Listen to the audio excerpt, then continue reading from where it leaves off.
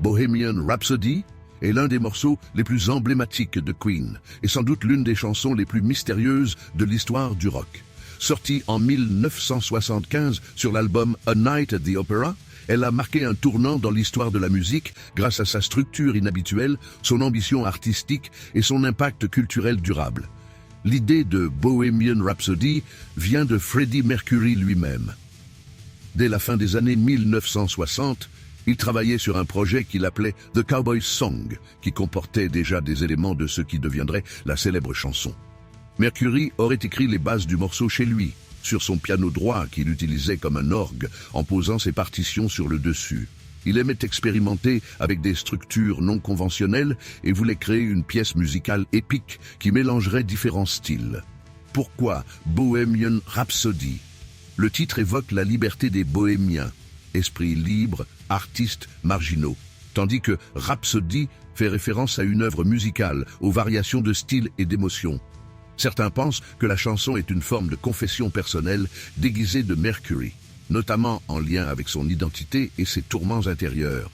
Bohemian Rhapsody est une œuvre en plusieurs actes, structurée comme une mini-opéra rock. L'introduction, ballade.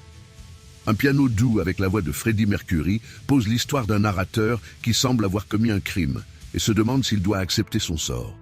La partie rock-opéra. Un chœur grandiose et lyrique avec des paroles mystérieuses, Scaramouche, Will You Do the Fandango, qui évoque des références à la mythologie et à la religion. La partie hard rock, une explosion de guitares électriques et de batteries où le narrateur semble se rebeller contre son destin. Le final apaisé. Un retour à un ton mélancolique avec la conclusion « Nothing really matters to me ». Le morceau a été enregistré dans 6 studios différents sur une période de 3 semaines. Un exploit pour l'époque. L'enregistrement des harmonies vocales a nécessité environ 180 prises de voix, avec Mercury, Brian May et Roger Taylor, superposant leurs voix encore et encore, pour obtenir cet effet choral massif. Le groupe a insisté pour que la chanson dure près de 6 minutes, ce qui était inhabituel pour un single. Le label EMI était réticent à la sortir ainsi, pensant qu'elle était trop longue pour la radio, mais Queen a contourné ce problème en donnant une copie à Kenny Everett, un célèbre DJ de la BBC, qui l'a diffusée en boucle. Le public a immédiatement accroché et la chanson est devenue un énorme succès. Les paroles sont parmi les plus analysées de l'histoire du rock et leur signification exacte reste un mystère. Parmi les interprétations populaires, une métaphore sur la culpabilité et le jugement. Certains pensent que la chanson est une allégorie du coming out de Freddie Mercury et des luttes internes qu'il vivait à cette époque. Une réinterprétation de Faust d'autres y voit une référence au pacte avec le diable, notamment avec l'apparition de Beelzebub, un nom pour Satan.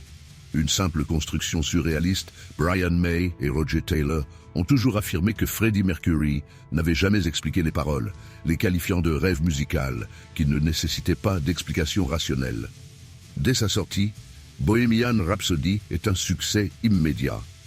Elle atteint la première place des charts britanniques pendant 9 semaines, puis redevient numéro 1 après la mort de Freddie Mercury en 1991.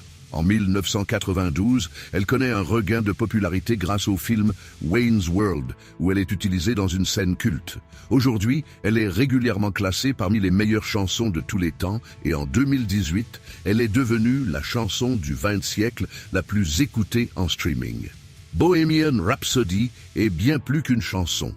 C'est un chef-d'œuvre musical qui défie les conventions et continue de fasciner. Freddie Mercury a laissé une énigme intemporelle, et c'est peut-être ce mystère qui rend cette chanson si magique et inoubliable. Fun fact. Lors du tournage du clip vidéo, Freddie Mercury avait une forte grippe, mais a quand même livré une performance magistrale.